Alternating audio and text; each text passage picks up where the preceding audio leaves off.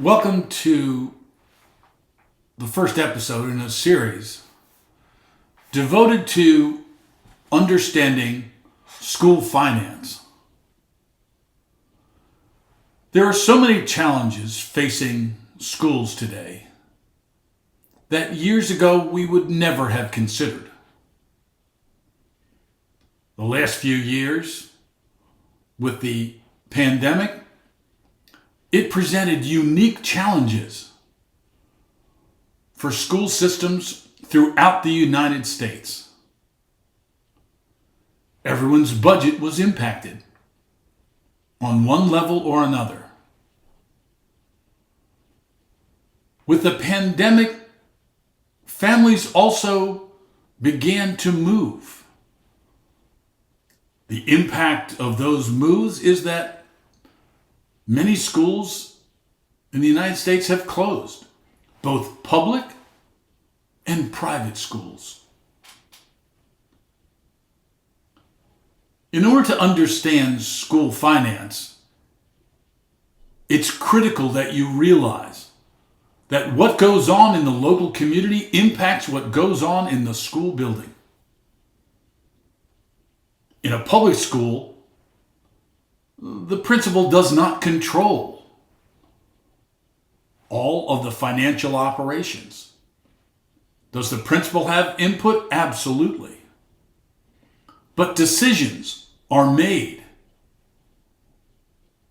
by school boards, by county governments, by state governments. All of those decisions impact what goes on in our schools. In private schools, the funding comes from tuition and generous donors.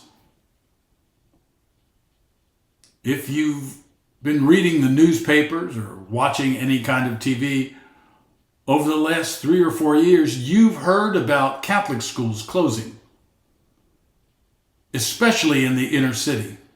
Why? Because the populations are moving away. So the enrollment is down. Enrollment impacts the amount of money that can be spent. Catholic schools and private schools are reliant upon tuition to pay the bills. If you cannot pay the bills, you cannot stay in business. We can talk about the theoretical advantages of quality education, but the hard reality is, without a strong financial foundation, whether that's a public school or a private school or a parochial school, without that strong foundation, it cannot survive. It cannot thrive. The impact of closing schools is not just to the students, but to the larger community. What we need to look at is how we can build a strong foundation to ensure that the quality of education is equal for every student in every location. We are reliant upon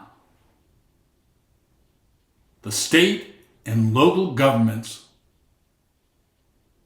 for the vast majority of the funding in our schools.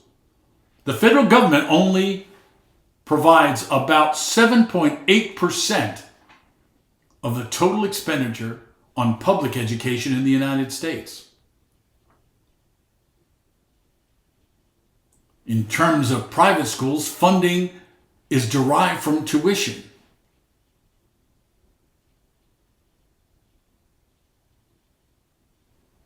The state and local governments allocate funds to local school boards. That money then is distributed to all the different schools, elementary, pre-K, secondary. That means that we have to pay the light bills as well as teachers' salary and benefits, as well as the support staff, as well as the cafeteria staff, as well as the maintenance and janitorial staffs. And we also must maintain buildings that can house the creativity that we find in our students. That's what we'll be discussing and showing you ways to ensure that the foundation in our schools is stable and sustainable. Thank you for listening, and have a great day.